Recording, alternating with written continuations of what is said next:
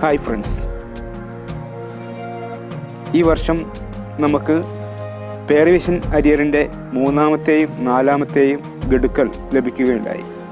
കഴിഞ്ഞ വർഷം 1ഉം 2ഉം ലഭിച്ചപ്പോൾ നാം അരിയർ റിലീഫ് കാൽക്കുലേറ്റ് ചെയ്ത് ക്ലെയിം ചെയ്യുക ഉണ്ടായിട്ടുണ്ട്.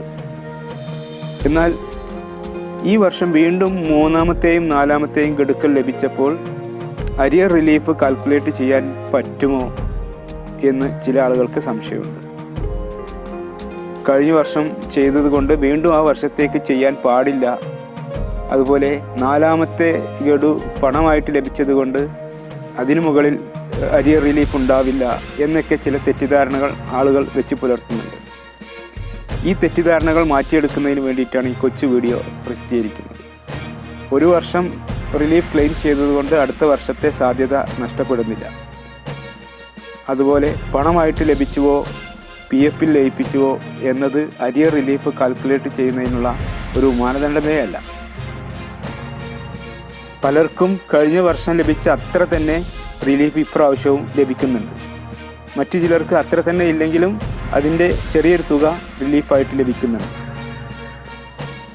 അതുകൊണ്ട് വെറും ഒരു 5 മിനിറ്റ് ഉപയോഗിച്ചാൽ നിങ്ങൾക്ക് അരിയർ റിലീഫ് ലഭിക്കുമോ എന്ന് കാൽക്കുലേറ്റ് ചെയ്ത് നോക്കാവുന്നതാണ്. ഇങ്ങനെയുള്ളവർക്ക് റിലീഫ് കാൽക്കുലേറ്റ് ചെയ്യുന്നതിനുള്ള രീതിയാണ് ഇവിടെ പരിചയപ്പെടുത്തുന്നത്. അതിനുവേണ്ടി നമുക്ക് 4 കാര്യങ്ങളാണ് വേണ്ടത്. ആദ്യമായി ഈസി ടാക്സ് സോഫ്റ്റ്വെയർ, ഈ വർഷം പ്രസിദ്ധീകരിച്ച ഈസി ടാക്സ് സോഫ്റ്റ്വെയർ. രണ്ടാമത്തത് പേരവിഷൻ അരിയറിൻ്റെ ബില്ല്, ഡ്യൂ, ഡ്രോൺ, ബാലൻസ് എന്നിവ കാണിക്കുന്ന ആ ബില്ല് സ്പാർക്കിൽ നിന്നും ലഭ്യമാകുന്നതാണ്. മൂന്നാമതായി റിലീഫ് കാൽക്കുലേറ്റർ 2018-19 എന്നുള്ള സോഫ്റ്റ്വെയർ, അതും വെബ്സൈറ്റിൽ ലഭ്യമാണ്. നാലാമതായി കഴിഞ്ഞ വർഷം അരിയർ റിലീഫ് ക്ലെയിം ചെയ്തപ്പോൾ തയ്യാറാക്കിയിട്ടുള്ള 10E ഫോം.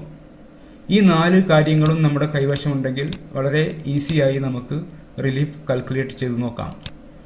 ആദ്യമായിട്ട് ചെയ്യേണ്ടത് ഈസി ടാക്സ് സോഫ്റ്റ്വെയർ ഓപ്പൺ ചെയ്ത് നമ്മുടെ അരിയർ റിലീഫ് അല്ലാത്ത മറ്റെല്ലാ കാര്യങ്ങളും എൻ്റർ ചെയ്യുക.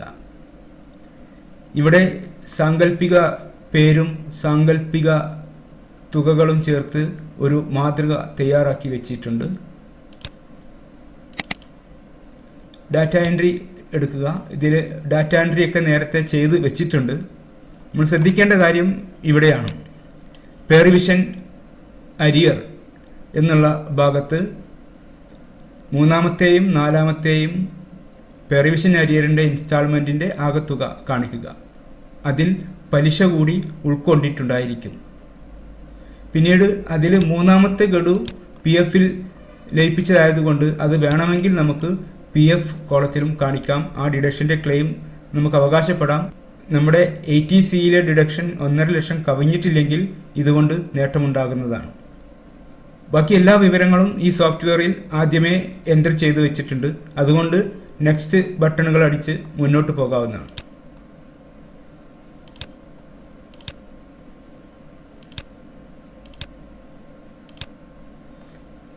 ഇനി നമ്മൾ സ്റ്റേറ്റ്മെൻറ്റ് എടുക്കുക. സ്റ്റേറ്റ്മെൻറ്റിലെ രണ്ടാമത്തെ പേജിൽ 13ാമത്തെ ഐറ്റമായിട്ടുള്ള നെറ്റ് ടാക്സബിൾ ഇൻകം എന്ന തുക ഒന്ന് ഓർത്തു വെക്കുക. 13ാമത്തെ ഐറ്റം ആയിരിക്കും. അത് സ്റ്റേറ്റ്മെൻറ്റിലായാലും ഫോം 16-ലായാലും 13ാമത്തെ ഐറ്റമാണ്. ആ തുക നമുക്ക് റിലീഫ് കാൽക്കുലേറ്റർ എന്ന സോഫ്റ്റ്വെയറിൽ ചേർക്കേണ്ടതുണ്ട്. അതുകൊണ്ട് ആ തുക ഒന്ന് ഓർത്തു വെക്കുകയോ കുറിച്ച് വെക്കുകയോ ചെയ്യുക. ഇനി ഈസി ടാക്സ് നമുക്ക് മിനിമൈസ് ചെയ്യാം. ഇനി രണ്ടാമതായി പേരവിഷൻ അരിയർ ബില്ല് എടുക്കുക. ഇവിടെ ഒരാളുടെ മാത്രം പ്രസക്ത ഭാഗം കാണിക്കുന്നു. അതിൽ നമുക്ക് ശ്രദ്ധിച്ചാൽ മനസ്സിലാവും 2014 ജൂലൈ മുതൽ 2016 ജനുവരി വരെയുള്ളതാണ് നമുക്ക് അരിയറായിട്ട് ലഭിച്ചിട്ടുള്ളത്. അതിൻ്റെ അവസാനത്തെ കോളം ഓരോ മാസവും ലഭിക്കാനുള്ള ബാലൻസ് തുകയാണ് ഏറ്റവും അവസാനത്തെ കോളത്തിൽ കാണുന്നത്. ഇതിൻ്റെ പകുതിയാണ് റിലീഫ് കാൽക്കുലേറ്ററിൽ എൻ്റർ ചെയ്യേണ്ടത്. കാരണം ഒന്നാമത്തെയും രണ്ടാമത്തെയും ഗഡുക്കൾ കിട്ടിയപ്പോൾ പകുതി ഭാഗം നാം നേരത്തെ റിലീഫ് കാൽക്കുലേറ്ററിൽ എൻ്റർ ചെയ്ത് റിലീഫ് ക്ലെയിം ചെയ്യുകയുണ്ടായി. രണ്ടാമത്തെയും മൂന്നാമത്തെയും ഗഡുക്കൾ ലഭിച്ചത് ഈ വർഷമായതുകൊണ്ട് അതിൻ്റെ ബാക്കി പകുതിയാണ് നാം ഇവിടെ പരിഗണിക്കേണ്ടത്. അപ്പോൾ ഉദാഹരണമായിട്ട് ജൂലൈ 2014 4544 രൂപയാണ് ഇതിൽ കാണുന്നത്. അതിനെ 2 കൊണ്ട് ഡിവൈഡ് ചെയ്ത് കിട്ടുന്ന തുകയാണ് റിലീഫ് കാൽക്കുലേറ്ററിൽ നാം എൻ്റർ ചെയ്യേണ്ടത്. പിന്നീട് ശ്രദ്ധിക്കേണ്ട കാര്യം, ചില മാസങ്ങളിൽ ഇതുപോലെ ലീവ് സറണ്ടർ ചെയ്തതിൻ്റെ അരിയർ കൂടി നമുക്ക് ലഭിക്കുന്നുണ്ടായിരിക്കും. ഉദാഹരണം, ഇവിടെ 7-ാം മാസത്തിൽ തന്നെ SLS for 9 days എന്ന് പറഞ്ഞിട്ട് ഒരു തുക കാണുന്നുണ്ട്.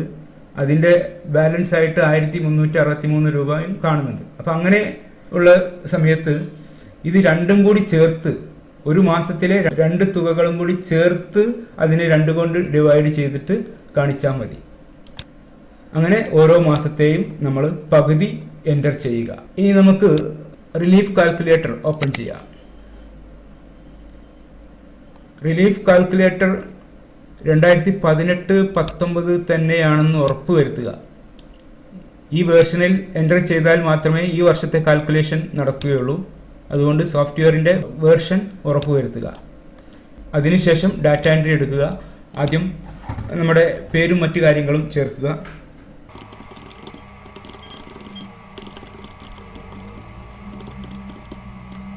കാറ്റഗറി സെലക്ട് ചെയ്യുന്നത് വളരെ നിർബന്ധമാണ്. ഇവിടെ ഒന്നും സെലക്ട് ചെയ്തില്ലെങ്കിൽ കാൽക്കുലേഷൻ കൃത്യമായി നടക്കില്ല. ഇവിടെയാണ് നമുക്ക് കിട്ടിയ ഓരോ മാസത്തെയും അരിയർ തുകയുടെ പകുതി ഭാഗം കാണിക്കേണ്ടത്. അഥവാ 2014-15 വർഷം ജൂലൈ മുതൽ 2016 ജനുവരി വരെ പെർവിഷൻ അരിയർ ബില്ലിൽ കണ്ട തുകയുടെ പകുതി ഭാഗങ്ങൾ എൻ്റർ ചെയ്യുക. ഓരോ മാസത്തിൻ്റെയും ബാലൻസ് തുകയുടെ പകുതി എൻ്റർ ചെയ്ത് കഴിഞ്ഞു. ഇവിടെ ഓരോ വർഷത്തേക്കുള്ള ടോട്ടൽ അരിയർ കാണാം. ഇതും കഴിഞ്ഞ വർഷത്തേന് തുല്യമായിരിക്കും. കാരണം കഴിഞ്ഞ വർഷം ഇതേപോലെ തന്നെ കിട്ടിയ തുകയുടെ പകുതിയാണ് നാം ചേർത്തത്. അതുകൊണ്ട് ഈ തുകകൾ കൃത്യമായിരിക്കും. ടോട്ടൽ അരിയർ അതിന് താഴെ കാണും. ഈ തുക നമ്മൾ ഈസി ടാക്സിൽ അടിച്ചു ചേർത്ത തുകക്ക് തുല്യമായിരിക്കില്ല. കാരണം ഈസി ടാക്സിൽ നമ്മൾ പലിശ അടക്കമുള്ള തുകയാണ് അടിച്ചു ചേർത്തത്. ഇവിടെ പലിശ ഇല്ലാത്ത തുകയാണ്. പലിശ റിലീഫ് കാൽക്കുലേറ്ററിൽ കാണിക്കേണ്ടതില്ല. അതിനുശേഷം താഴെ ടോട്ടൽ ഇൻകം കാണിക്കാനുള്ള കോളങ്ങളുണ്ട്. ഇതിൽ ചുവപ്പ് നിറത്തിലുള്ള കോളങ്ങൾ മാത്രമേ നാം ഫില്ല് ചെയ്യേണ്ടതുള്ളൂ. അതിൽ ആദ്യം കാണുന്നത് ഈ വർഷമാണ്, 2018-19. ഈ വർഷത്തെ കോളത്തിന് നേരെ നാം നേരത്തെ ഓർത്തു വെക്കാൻ പറഞ്ഞ ആ തുക എൻ്റർ ചെയ്യുക.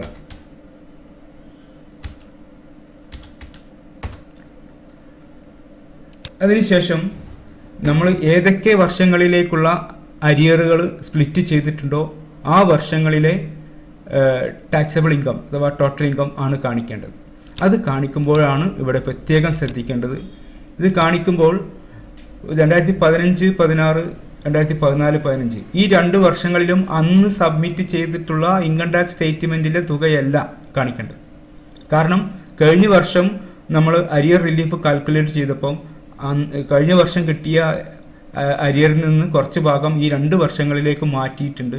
ആ അരിയറും അന്നത്തെ ഇൻകവും കൂട്ടിയിട്ടാണ് ഇപ്പോൾ ആ വർഷങ്ങളുടെ ഇൻകമായിട്ട് കാണിക്കേണ്ടത്. അത് കൃത്യമായിട്ട് ലഭിക്കുന്നതിന് വേണ്ടിയിട്ടാണ് കഴിഞ്ഞ വർഷം ചെയ്ത 10E ഫോം കൈവശം ഉണ്ടായിരിക്കണം എന്ന് പറയുന്നത്. കഴിഞ്ഞ വർഷം നാം സബ്മിറ്റ് ചെയ്ത 10E ഫോം ഓപ്പൺ ചെയ്യുക. ഇതിലെ 3ാമത്തെ പേജ് ടേബിൾ എ എന്ന പേജ് നോക്കുക. ടേബിൾ എ ഇതിൽ 2014-15, 2015-16 എന്നീ വർഷങ്ങളിലെ ഇൻകം റീകാൽക്കുലേറ്റ് ചെയ്തതായി കാണാം.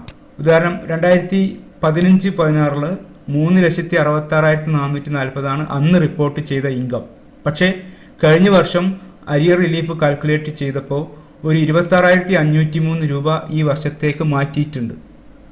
അതുപ്രകാരം 2015-16 ടോട്ടൽ ഇൻകം ഇനി മുതൽ ഈ കാണുന്ന തുകയാണ്, അഥവാ അരിയറും കൂടി ചേർത്തിട്ടുള്ള തുകയാണ്. അപ്പോൾ നാം റിലീഫ് കാൽക്കുലേറ്ററിൽ എൻ്റർ ചെയ്യേണ്ടത് അന്ന് റിപ്പോർട്ട് ചെയ്ത ഇൻകം അല്ല, കഴിഞ്ഞ വർഷം മാറ്റിയിട്ടുള്ള അരിയറും കൂടി കൂട്ടി ഈ 3,92,943 എന്ന തുകയാണ് ചേർക്കേണ്ടത്.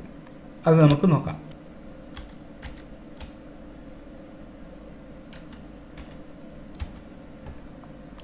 അതുപോലെ 2014-15 നമ്മൾ കാണിക്കേണ്ടത് ഈ തുകയാണ്, 4,47,740. ഇത്രേ ഡാറ്റ എൻട്രി വരുന്നുള്ളൂ. അതിൽ ഏറ്റവും പ്രധാനമായി ശ്രദ്ധിക്കേണ്ടത് ഈ കാര്യമാണ്. പിന്നീട് ശ്രദ്ധിക്കേണ്ടത് ബാലൻസ് തുകയുടെ പകുതി മാത്രമേ എൻ്റർ ചെയ്യാൻ പാടുള്ളൂ. ഇത്രയും കഴിഞ്ഞാൽ നമുക്ക് ബാക്കിലോട്ട് പോകാം. എന്നിട്ട് ടെന്നി ഫോം എടുക്കാം. ആ ടെന്നി ഫോമിൽ നമുക്കിവിടെ കിട്ടുന്ന റിലീഫ് കാണാനുണ്ട്, 4,762 രൂപ. കഴിഞ്ഞ വർഷവും ഇദ്ദേഹത്തിന് 4,762 രൂപയാണ് റിലീഫ് ലഭിച്ചത്. ഈ വർഷവും അതേ തുക തന്നെ റിലീഫ് ലഭിക്കുന്നു. കാരണം ഇപ്രാവശ്യം വീണ്ടും അരിയർ അങ്ങോട്ട് കൂട്ടുമ്പോഴും അദ്ദേഹത്തിൻ്റെ ഇൻകം പ്രസ്തുത ടാക്സബിൾ ലിമിറ്റ് അതിക്രമിക്കുന്നില്ല, അഥവാ 5 ലക്ഷത്തിൽ കൂടുന്നില്ല. കിട്ടിയ അരിയർ മുഴുവന് ഈ വർഷത്തെ ഇൻകമായിട്ട് കാണിക്കുകയാണെങ്കിൽ 5 ലക്ഷത്തിൽ കൂടുതലാണ് വരുമാനം. അതുകൊണ്ട് 20% ലിമിറ്റിലാണ് വരുന്നത്. പക്ഷേ ഇത് അതാത് വർഷത്തേക്ക് മാറ്റുകയാണെങ്കിൽ ഇപ്പോഴും 2 വർഷത്തേതും 5 ലക്ഷത്തിൽ താഴെയാണ്. അതുകൊണ്ടാണ് ഇത്രയും തന്നെ തുക അരിയർ റിലീഫായിട്ട് ലഭിക്കുന്നത്. നമുക്കിപ്പോൾ അരിയർ റിലീഫായി 4,762 രൂപ ലഭിച്ചു. ഈസി ടാക്സും റിലീഫ് കാൽക്കുലേറ്ററും 2 ഇൻഡിപെൻഡൻ്റ് ആയിട്ടുള്ള സോഫ്റ്റ്വെയറുകളാണ്. ഒന്നിൽ കാൽക്കുലേറ്റ് ചെയ്തത് ഓട്ടോമാറ്റിക്കലി അടുത്ത സോഫ്റ്റ്വെയറിൽ വരില്ല. അതുകൊണ്ട് ഇവിടെ നമുക്ക് ലഭിച്ചിട്ടുള്ള ഈ റിലീഫ് തുക ഈസി ടാക്സ് ഓപ്പൺ ചെയ്ത് അതിൽ എൻ്റർ ചെയ്താൽ മാത്രമേ അത് സ്റ്റേറ്റ്മെൻറ്റിൽ കുറയുകയുള്ളൂ. അതുകൊണ്ട് റിലീഫ് കാൽക്കുലേറ്റർ ക്ലോസ് ചെയ്ത് വീണ്ടും ഈസി ടാക്സ് എടുത്തതിന് ശേഷം നമ്മൾ ഡാറ്റ എൻട്രി ഫോം എടുത്തിട്ട് ഡിഡക്ഷൻ ഡീറ്റെയിൽസ് എന്നുള്ള ഫോമിലെത്തുക. ഡിഡക്ഷൻ ഡീറ്റെയിൽസ് എന്ന ഫോമിലെത്തിയതിന് ശേഷം അവസാന ഭാഗത്തായിട്ട് കാണുന്ന relief on arrear salary received എന്ന കോളത്തിന് നേരെ നമുക്ക് ലഭിച്ച റിലീഫ് തുക എൻ്റർ ചെയ്ത് ചേർക്കണം. എന്നിട്ട് ഫിനിഷ് ചെയ്യുക. ഇനി നമുക്ക് സ്റ്റേറ്റ്മെൻറ്റ് എടുത്തു നോക്കാം. സ്റ്റേറ്റ്മെൻറ്റിലെ 2ാമത്തെ പേജിൽ അവസാന ഭാഗത്ത് 18ാമതായി ടോട്ടൽ ടാക്സ് പേയബിൾ കാണാം, 28,120 രൂപ. അതിൽ നിന്ന് അരിയർ റിലീഫ് കുറച്ചിട്ടുണ്ട്. ബാക്കി വരുന്നത് 23,358 രൂപ. അതിൽ നേരത്തെ തന്നെ അധികം ടാക്സ് അടച്ചിട്ടുണ്ട്, 26,620 രൂപ അടച്ചുകൊണ്ട് ബാക്കി തുക റീഫണ്ടായിട്ടാണ് കാണിക്കുന്നത്.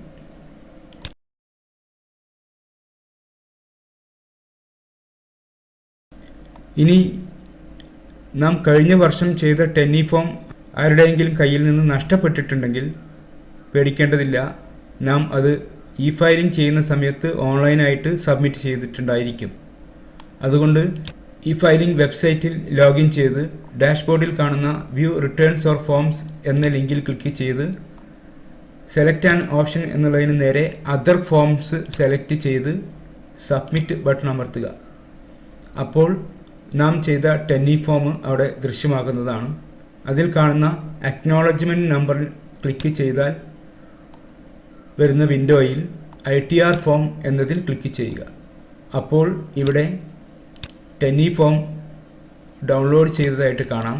ഇതിലെ വിവരങ്ങൾ ഉപയോഗിച്ചും നമുക്ക് അരിയർ റിലീഫ് കാൽക്കുലേറ്റ് ചെയ്യാവുന്നതാണ്.